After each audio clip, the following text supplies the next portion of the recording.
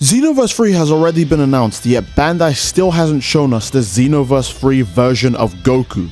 They've shown Vegeta, Trunks, Dragon Ball Super Hero Piccolo, and even DBS Broly, but instead they're giving Xenoverse 2 one final mysterious Goku transformation. And the reason for that? What if this new Goku form isn't here just to save Xenoverse 2, but is also the reason why Xenoverse 3 exists?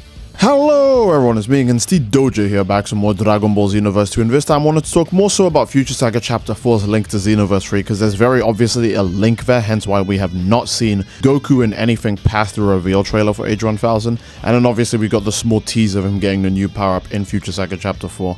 Now, the reason why this is so important to address is because in the original Xenoverse, which is Dragon Ball Online, Goku was dead. That game takes place in the Age 1000, so even if you didn't think Goku got killed by a mysterious villain, he just can't live that long in general. He wasn't a major player in that setting because he wasn't in that setting. Age 1000, or again Dragon Ball Online, was entirely about custom characters. Original characters barely made any appearances in that game. Even when you went back in time, it was still mostly about custom characters. Compared to Xenoverse 1 and 2, which is very heavy on being about the original Dragon Ball cast and their stories. So obviously Xenoverse 3 is going for, again, what Dragon Ball Online went for, which is a story more focused on custom characters, the new world, the new setting. It's an original take on Dragon Ball overall, and it's why Goku has not made really any appearances in the Xenoverse 3 trailers, because Goku is the main character and his absence is supposed to be very important to the story. However, it is different because we know that Xenoverse 3 is a sequel to a very popular Dragon Ball Xenoverse 2, where Goku is still alive and fighting, even past age 850,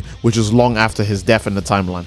Now, logically, if Goku is still around and fighting in Dragon Ball Xenoverse 2, and Bulma is still around in the Time Patrol of a new Time Patrol, which is the Great Saiyan Squad in Xenoverse 3, surely that means, you know, our boy Goku would be alive as well, right? Now, in Future Saga Chapter 4, obviously it's teased that Goku's going to get a new power-up, and we assume that this new power-up is going to be able to affect time, because Goku, ironically, despite being the main character of Dragon Ball, has never had the ability to affect time, even like the Xenoverse 1 protagonist, who could at least go back in time to prevent his own death from happening. But Goku's never been that lucky. However, Future Saga Chapter 4 is finally going to give him a taste of this power, and people do think it's going to tie into the Xenoverse 3 reason as to why we don't see Goku at all. Again, I do want to remind you guys, even in the V-Jump scan, they showed us that you could get custom battle styles of Vegeta and Trunks, and we've seen so much about Vegeta and Trunks, Piccolo, Krillin, Tien, but they didn't even show Goku, the main character. Usually Dragon Ball games immediately rush to how quick can we get Goku in front of the audience so they know to buy the game because the main character's in it. Now the question is, why even make a new version of Goku or a new form of Goku if you're not really going to do a lot of him in Dragon Ball Xenoverse 3, or if the character's just going to change a lot in Dragon Ball Xenoverse 3, because who knows. And we'll get the obvious one out of the way, right? That Goku's the main character, so it makes sense to make him the final DLC, because that would make the most profits. Even though they haven't usually done that before, especially with Xenoverse 2's last original DLC, which is actually going to be Majin Oob and Android 21. This does make me believe that it's not entirely a monetary thing. They actually do want to progress the story of Goku in a different manner in Dragon Ball Xenoverse 3. Because again, I'm going to mention this, in the original Xenoverse, the games, he was mostly just hype and aura moments. Here's Goku to save the day. In fact, both the endings for Xenoverse 1 and 2 could be different. If you didn't do good enough on the final boss fight, Goku would basically just come in and save you, or just take all the credit when it comes to the last hit. Like, you would either just be a passive observer or part of the contribution to the defeat of the enemy, but it wasn't actually you. But if you did well enough, it was an all-you case. You beat the villain on your own, you were the one who lands the last hit, and Goku maybe didn't even show up to help you if you beat them well enough. And obviously, since Bandai doesn't want to just do the let's do the Dragon Ball Z story again, and then this time just add Super onto the end of it, they obviously don't want to do that plot point again, so it's safe to say they also don't want to do the Goku is just hype and aura moments, and that to look cool and maybe even steal the credit from you a third time. They're going for a much different take on the character. Again, I need to remind you guys that Xeno Trunks is not in Xenoverse 3. I've not seen a drop of that guy. Now, they've shown future Trunks, but not Xeno Trunks. And I think that's very important to specify, obviously, because in Xenoverse 1 and 2, Future Trunks basically didn't exist. Xeno Trunks showed up any other place Future Trunks would, meaning that now that we're seeing regular Future Trunks again, it's safe to say that Xeno Trunks dies at the end of Dragon Ball Xenoverse 2's final DLC, or at least he gets erased from history, or disappears in some sense, because the original Dragon Ball Online story is completely wrapped up. The one with Zeno, Trunks, and Supreme Kai of Time fighting by our side, helping us clean up, history and fight off these evildoers.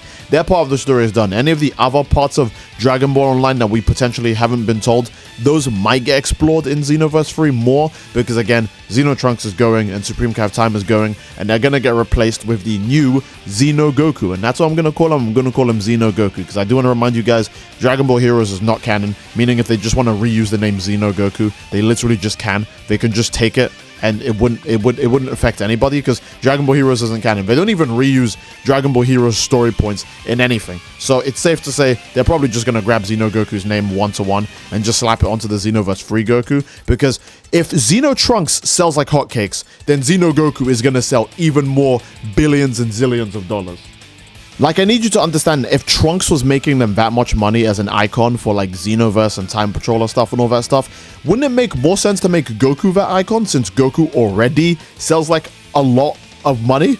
Like, whether it be merchandising or collabs or anything, right? Here's a great example. The Gexhin Squadra collab, the most recent Xenoverse collab, has Zeno Trunks show up in as his skin. Now, imagine if that was Goku. I'm not saying that Goku needs to be the guy all the time, but if it was Goku, it would make even more money and even more sales, because Goku is Goku. He's just the most popular guy ever. It's really hard for Xenoverse to do collabs or stuff, because whenever they do, they have to go, oh, here's the original Xenoverse character, Mira, or Zeno Trunks, or Supreme Kai of Time. I'm not saying any of those characters are not cool or anything, like Ultra Super Villain, Super Saiyan God Vegeta, I think is very cool, but he's really just a stand-in for Ultra Ego until we actually get that officially animated, which will probably take at least 3 years minimum, based on how long the Moro arc and the Granola arc have to be, right? But Zeno Goku would sell like crazy, so not only is this a new direction for the story of the Xenoverse franchise, but it's also a new marketing strategy for Bandai Namco in general, to just have Goku show up in way more things, because now you can just have the excuse of, oh, it's a Goku who hops through time,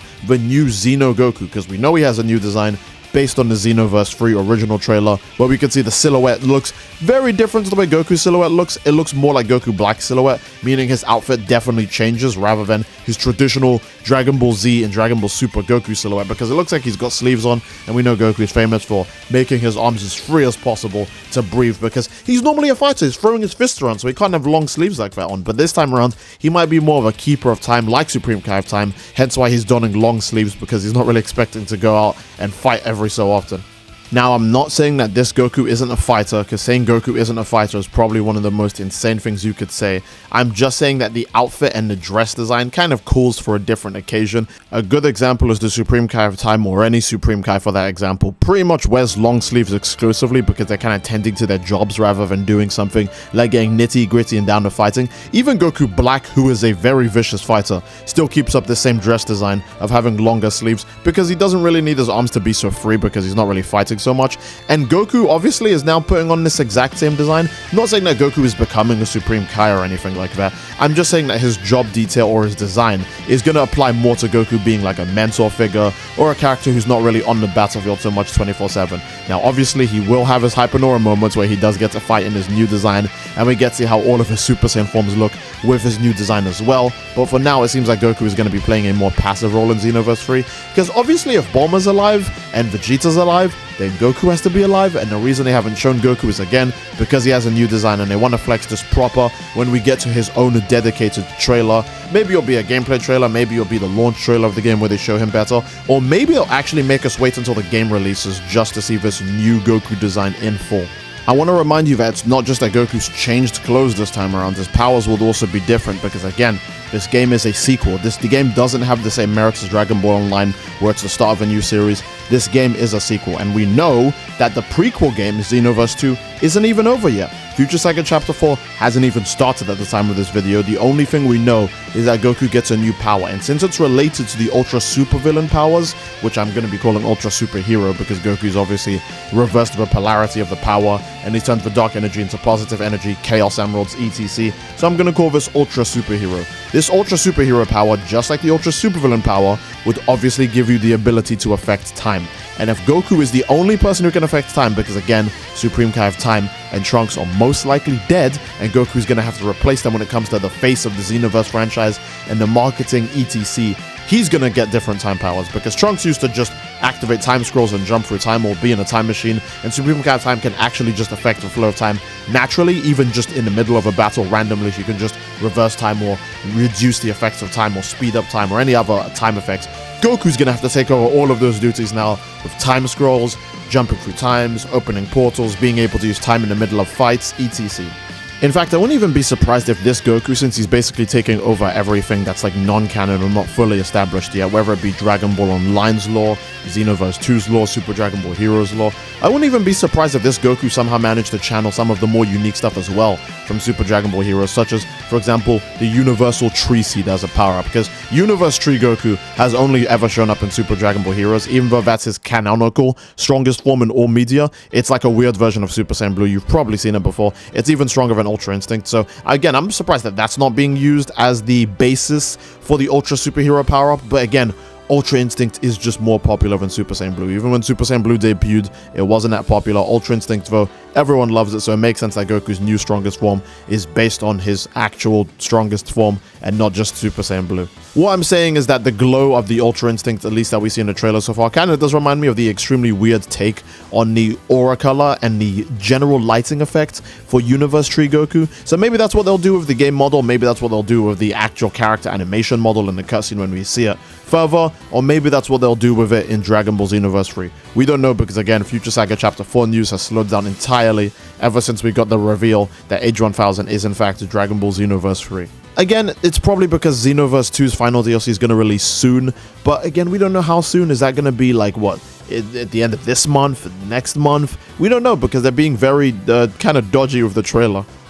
I do want to also say that Conton City obviously isn't going to survive because we have the West City, and now that we've seen how big West City is in the trailer, yeah, safe to say that there's probably not going to be a whole separate location for Time Nest. I imagine the Great Saiyan Squad headquarters is where you're going to start all of your missions from now on. But again, the series is called Xenoverse. It's going to have something to do with time. We've already seen that in the gameplay showcase. There's a preview mission where you have to go back to the Ice Continent to go fight Dragon Ball Super Broly. Obviously, we don't get the details for why the story is like that, but it's very convenient that you're fighting Broly in an ice location again. It does make it feel like these big portals that we keep seeing in all the gameplay showcases and in the gameplay trailer are obviously you hopping through time. Now, how they're doing it, I don't know, but you obviously have the ability to hop through time, so the series is still Xenoverse at its core. We just need to get an understanding for what Goku's role is going to be if everyone already naturally has the ability to go through time to correct errors in history. Well, I don't want this video to get too far into speculation, but I feel like Goku is going to go some God of War 3 route, where when he gets the power to control time, he's going to go, I'm going to put it back in the hands of the people and give up on it, having it entirely for myself. Maybe that's going to be the law for why we can just jump through time even without his help. Maybe Bulma has like perfected the time machine to just make time-space anomalies anywhere, so you can just fly through, like, you know, space to just get to different locations, etc. But I have no idea, so without further ado, I think I'm going to end the video right there, lads. Again, I do hope you guys enjoyed the video, and if you enjoyed it, obviously, again, please leave a like in the video. Don't forget to subscribe, as it greatly supports the channel, and leave a comment down below as to what you'd like to see next, fellas. Again, I do love you all. I hope you all enjoyed, and I will see you all next time, gang. Take care and peace. Bye-bye.